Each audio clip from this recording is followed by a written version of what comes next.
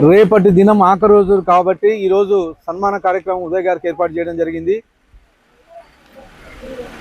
Anantapuram rural panchayat Uday గారి ఆధ్వర్యంలో సర్పంచ్గా అనేకమైనటువంటి డెవలప్మెంట్ కార్యక్రమాలు ఏర్పాటు చేయడం జరిగింది. ఇక్కడ దాదాపు ఈ 5 ఏళ్ల కాలంలోనే 25 కోట్లకు పైగా అభివృద్ధి కార్యక్రమాలు చేయడం జరిగింది.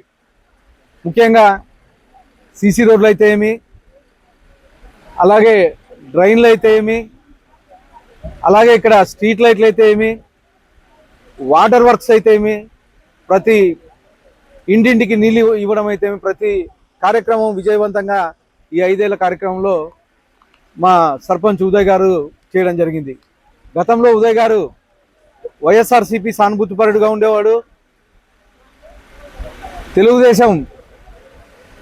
తెలుగుదేశంలోకి ఎలక్షన్స్ ముందు సోదరుడు జయరాం గారితో పాటు సర్పంచ్ ఉదయ్ గారు, అలాగే ఎంపీటీసీ జ్యోతి గారు వీళ్ళంతా రావడం జరిగింది.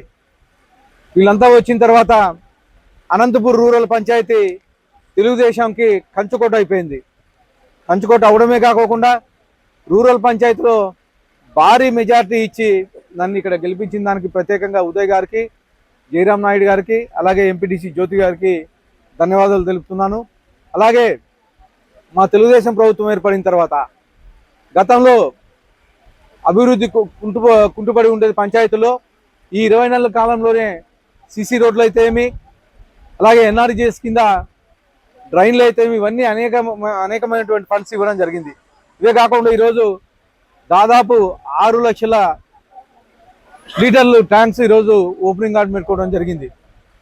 అంటే కేవలం ఈ 20 నెలల కాలం దాదాపు 15 కోట్లకు పైగా ఈ పంచాయతీలో అభివృద్ధి కార్యక్రమాలు చేశామని చెప్పుకుంటూ, రేపటి రోజున పదవీ విరమణ చేస్తున్నటువంటి మా సర్పంచ్ ఉదయ్ గారికి ప్రత్యేకంగా ధన్యవాదాలు తెలుపుతూ, ఫ్యూచర్లో మరిన్ని పదవులు అందుకోవాలని, అలాగే నేను ఎమ్మెల్యేగా ఇక్కడ ఉన్నంతసేపు నా సపోర్ట్ ఉంటుందని చెప్పి తెలియజేస్తూ ఈ అవకాశం ఇచ్చిన అందరికీ ధన్యవాదాలు తెలుపుకుంటున్నాను.